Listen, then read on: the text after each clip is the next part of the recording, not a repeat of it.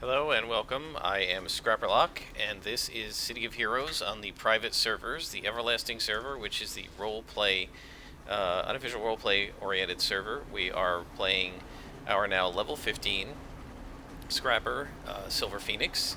She has 45,000 experience and 183,000 influence.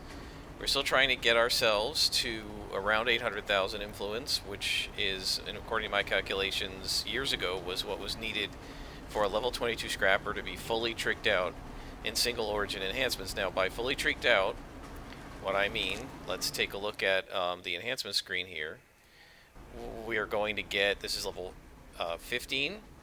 We're going to get another power at 16 right here, probably Cobra Strike or Focus Chi, probably Cobra Strike, right? And then at level 17, we're going to add a slot here, and we're going to add a slot here, right? In level 18, we're going to get another power. That'll probably be the other one of Focus Chi and Cobra Strike. And then we're going to add another slot here, and another slot here. And then at level 19 and 21, we're going to add 2 slots here, and 2 slots here. So we're going to have 6 slots in health and stamina that are going to need to be to have either single origin or level 25 invention enhancements.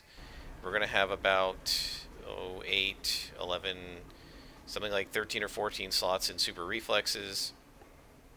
And we're going to have something like 18 slots over here. So to get a full set of SOs would mean fully enhancing Thunder Kick to 4 slots, Storm Kick and Crane Kick to 4 slots, Cobra Strike and Focus Chi to maybe 2, 3 slots in health and stamina each, and then 4 slots on these 2 and 3 slots on these 2, something like that. So a full set of enhancements does not include the jumping. We don't need those yet, really. It does not include any of these. It doesn't include Swift or Hurdle. I'm not going to bother with single origins on theirs. But the idea is to try to get single origins here, and try to get single origins here, and then try to get them here. And single origins, for the purpose of calculating single origins and level 25 invention enhancements, are roughly the same. The main difference is single origins are going to expire at level 28, and they're going to get progressively worse after level 25 as we kept level past them. Whereas level 25 training enhancements, invention training enhancements, these guys, right? Invention, it's sort of a training. It looks like a training enhancement like this one, but it's got the diamond around it or whatever, the hexagon around it, that makes it never expire. So it's a level 10 enhancement. I'm level 15. It still hasn't expired. Whereas these 12s and 13s are starting to expire, right? They're getting worse. If you remember right, the single origin gave us plus 19, the dual origin rather, gave us plus 19% to hit when we first bought it. Now it's the same level as us. It's only giving us plus 16.7% chance to hit. And as we level past it, it's going to be worse. So this one, they're the same, they're different themes. One's tech natural, the other's magic natural, but it doesn't matter. They should give the same bonus. When it's one level below us, we're down to 15% bonus instead of 16.7. So we're losing about 1.5% of effectiveness as we level from the normal enhancements, right? Whereas if we look at this one, it's been 11.7 ever since we slotted it in at level 10. Now it doesn't go down, but the thing is 11.7 isn't a very good bonus compared to 16. So ultimately what we want is the level 25s like this. Those will give us about the same amount. Oops, what am I doing? No. That'll give us about the same amount. I don't want that. That'll give us about the same amount of bonus as a single origin, and they won't expire. Now the thing is, you've got to invent those, so we're going to need to do it with salvage. We're going to need to find the right recipe, right? We have 150 salvage slots, and we've got 82 already taken up. There's another 80 in the vault for us if we want to put things in the vault. Recipes, we have 11 recipes. None of our recipes are above level 15, and they won't be until we get to level 20. As we get toward level 20, we'll start getting level 20 recipes, and as we get toward level 25, we'll get to level 25 recipes. We're going to probably sell all the rest of these recipes for the most part, except for maybe the ones that are sets, because when you use the sets, you get additional set bonuses, as are seen down in the gray. If you look at the very bottom, it says set bonus. If you have 2 of them, it increases range defense by 1.25% and negative and energy defense by 0.625%. And if you have all 3 of them, it increases area effect defense by 1.88 and cold defense by 0.94. Now that's not really great, and that's because it's only level 10. if we had a level 40 set bonus that's something like this, it would be much better. So my guess is we're probably going to sell all of these. I'm just keeping them for now because I don't have to get rid of them yet. I've still got 59 slots left in, inventory size left in my recipes. But eventually I'll probably get rid of most of them. All right. So we are working on this story arc, which is the Bonefire arc. And the first thing we have to do is contact call our contact. And he says, good job getting Yanamari out of there. So we got a magic user away from the Hellions and the Skulls who were trying to, I think it was the Hellions who were trying to imprison her. You know, she crafted the robe of cold comfort you recovered from the Hellions earlier. I wonder if they found her by tracing the mystical energies.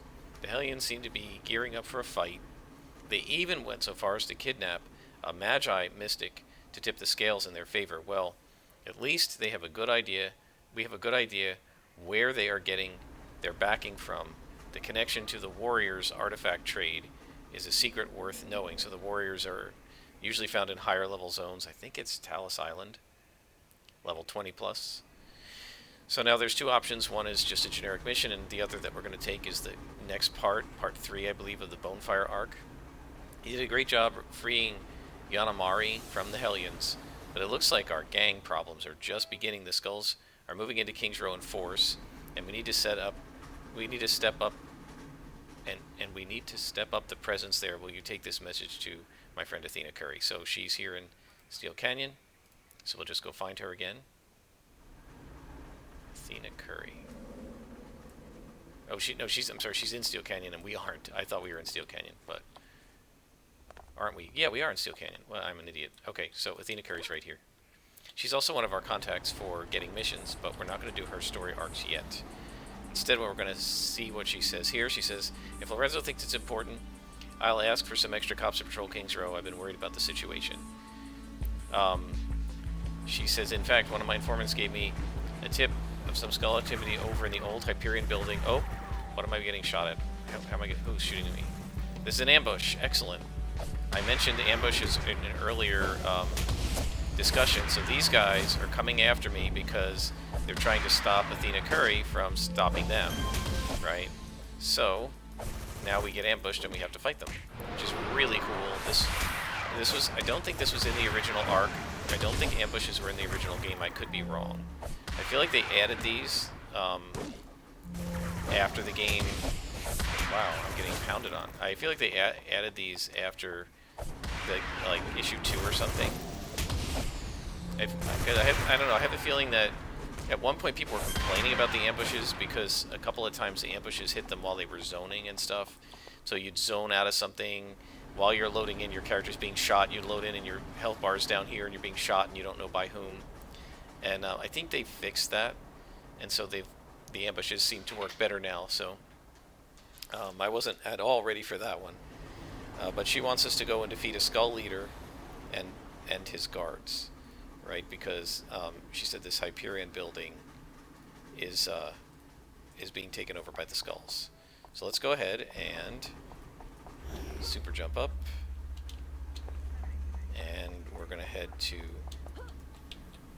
King's Row. And wow, there's 2 full instances. Wow, look how much is full. 2 instances of Alice Park are full. 2 instances of King's Row are full. 2 instances of Steel Canyon are full. 4 instances of Steel Canyon are full. 3 instances of Talus Island are full. 2. That's it. Wow, that is an awful lot. Really, really busy this morning, and it's just 10 o'clock on a Sunday morning. So you can see how many people are absolutely loving this game when so many of the instances are full. And by the way, when I logged into this server, it was only listed as moderate load. So that tells you that they've upped the loads for these servers as well. Alright, so now we're in King's Row, and we are going to head over to the Hyperion building, which is over here. And that is where the Skulls are undergoing some of their shenanigans, and we're going to stop them. So you always got to remember to switch to combat jump before you go inside. Super jump doesn't work in combat, and it will drain a lot more endurance than combat jump will. So it looks like Athena Sources is right. This is definitely a hideout for the skulls. So this doesn't look like a big map, but it could be multiple floors, so we'll see. And I hear a glowy. Right there. Let's click on that. So find evidence of the skull plan. I can't imagine it would be right here, so we're probably not going to get anything yet. We found a ledger. Okay. And we're gaining experience this mission, and then we'll turn it off. So we found a ledger, and the business ledger contains records of drug manufacturing and sales in connection with a group called the Superidine Connection. See, this is why when we were doing Superidine, I said I think it's going to be the Bonefire arc. It wasn't, but that's why, because I knew that was about Superidine, at least at this stage in the story. All right, here we go. This is a lieutenant. Shouldn't be a problem. I would like another luck in here, which is why I used that red inspiration. Well, sturdy's pretty good. Not as good as luck, but it's pretty good. And I don't mean objectively worse than luck, but just for me as a super reflex scrapper, I like to stack the defenses to floor my enemies. And by flooring, I think I've mentioned this, by flooring them, the minimum chance to hit is 5%, so I try to get the enemies as close to 5% as I can. Obviously, at this level as a scrapper, you certainly can't do it with your powers, but you can do it if you add some luck. Right, because these guys, for example, this gunner has like a 57% chance to hit me. My defenses drop her down to, say, about 30%, and then like 2 lucks would drop her down to 5%, right? 30 minus 25. And I hear another glowy. There it is. And there's another lieutenant. And the knockback, which I always love as soft control, because they can't attack you while they're getting up. And that gives me a couple of blows before they can strike again. And so lieutenants, so they can take a lot. It's a little odd that what we're having in here is just 1 lieutenant spawns. Usually it's a lieutenant plus a minion.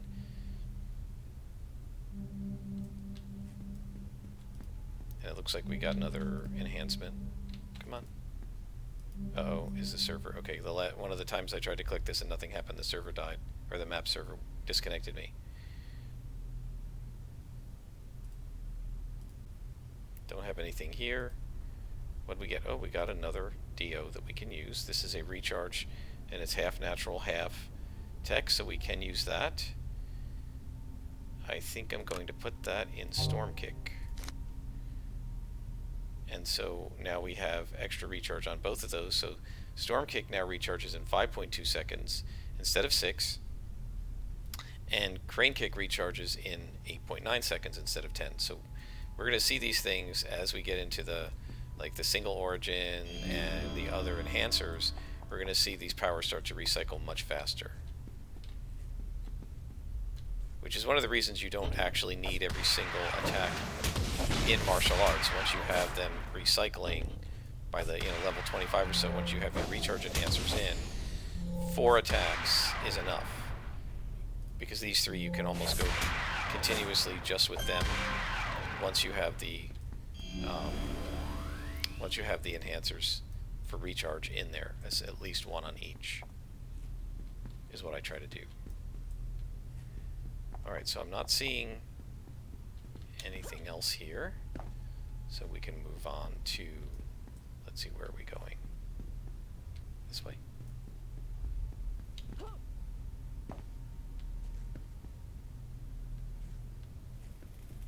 What have I missed? I need to go north, it looks like. I can't go that way, so we gotta go back up, I guess. Not sure where this map is leading me. We're in here. We come here. Okay. We go up.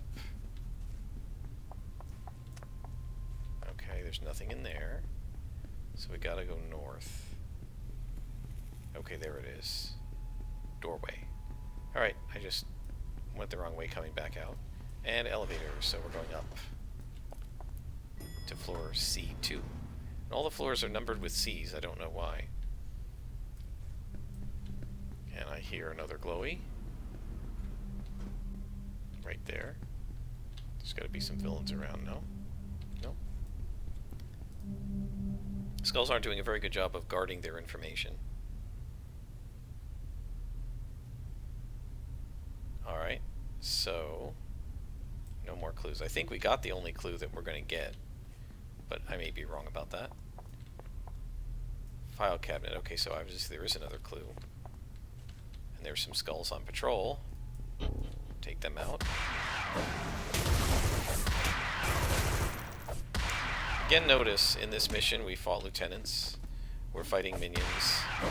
Unlike the Vajjalok, have I needed to take a knee? Have I needed to hit any inspirations at all to fight these guys? Nope. With the Vajjaloks, I was, sort of fighting for my life with this character. Against the skulls, no problem. Right, so I don't know what the story is. I mean, I looked at the combat scroll to see what their chance to hit was. And,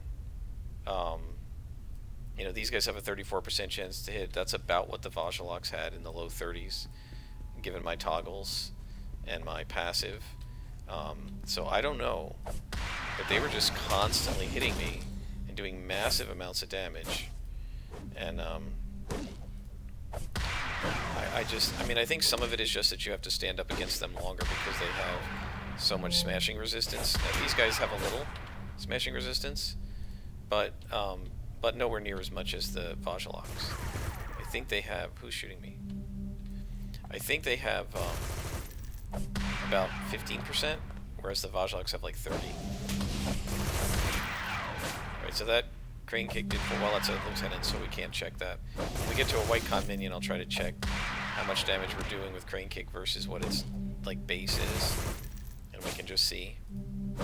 But look at this. This is a lieutenant, okay, compared to a mortificator who would have me down here already with luck running. Right, we have no luck running. No problem, right? A little bit of out of breath just because it took so long to take out an orange lieutenant, but it was no problem. Okay, so that guy's a boss and he's red. That is going to be an interesting fight.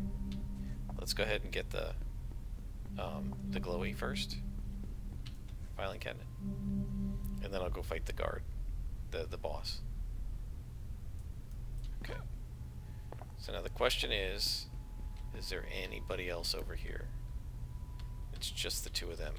Alright, we're going to need luck for this because he is a high-level boss.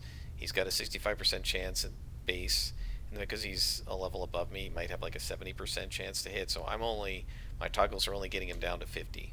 If I put this in, it'll get him down to about 38% chance to hit. I'm going to also pop these guys to do damage faster, and try to see if I can take this one out really fast. This guy's also going to be debuffing me with a dark melee. Dark melee makes you less accurate, I believe. You can see how he's hitting me a lot, even with the luck running. Right? He's really pounding me. Oh, that's bad. So far his debuffs are... He's not debuffing me right now. So let's see what happens. There's a debuff. Minus accuracy right there. And he just drained my health. So you can see this guy is a real challenge. But I would argue, this guy is not... This guy wasn't any harder than fighting just a regular spawn of Vajjaloks. And he was a +1 redconning boss. So I don't know what the story is with the Vajjaloks. But we've completed our mission. And we will exit. And we have a couple instances. Let's hit King's Row 4.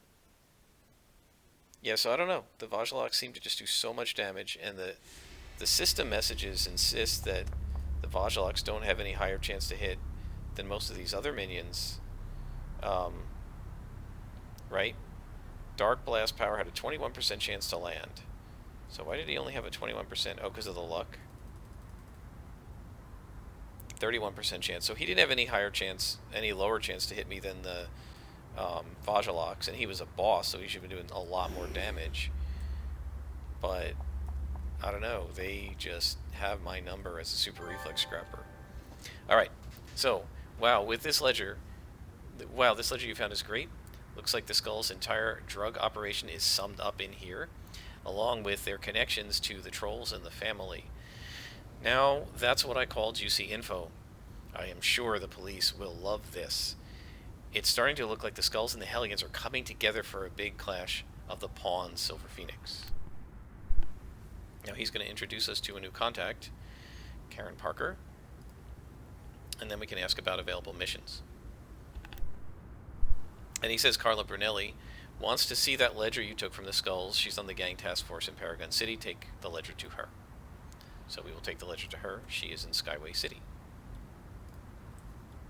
So back with Super Jump. And now we go to the train station, which is right here.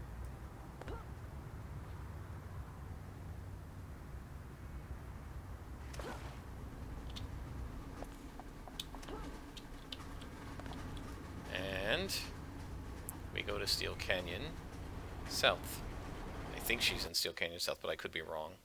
Steel Canyon's huge. At least with Super Jump we can get through it very quickly. And now at level 15, it's not as dangerous because the areas in the north have like level 18s and 19s and stuff. But down here, it's mostly mostly villains around my level. Oh, it's Skyway City. I'm an idiot. I thought she was in Steel Canyon. Sorry, guys. So let's go to Skyway City. Alright, and you can see even on the zone levels, I don't know if this was in live or not. It wasn't when I was, when I used to play the game back in the day, but now it tells you what level, like the south part is levels 15 to 19 and the north part is levels 10 to 14. We're heading north, so it shouldn't be any trouble at all here. Oops. There's Carla. And we will talk to her. She says, wow, this ledger is everything Lorenzo described, and more. It seems that the family has been supplying the Skulls with Superdine, so the family are in Independence Port mostly, and they are like a bunch of mafia guys who try to control the shipping, and they are drug dealers. So they've been supplying the Skulls with Superdine, and the Skulls are then selling it to the trolls, keeping the family's nose clean. So the trolls you saw, we fought them here in Skyway City. There's a lot of trolls here, and they use Superdine to get all green and powerful. Lining up for opposition, we've got the Hellions and the Outcasts and the Warriors. It looks like the Warriors have a huge artifact trade going, and the Hellions and the Outcasts are in on the action. I need to get to Perez Park and start putting the hurt on the Hellions and the Skulls. So now we're going to go into Perez Park, which is a hazard zone, defeat 20 Skulls and 20 Hellions. This should be no problem because Perez Park is for below level, it's like level 5 to 12 or something. We should be able to take these guys out with no trouble, but I'm going to do that in the next episode, so I'll see you next time.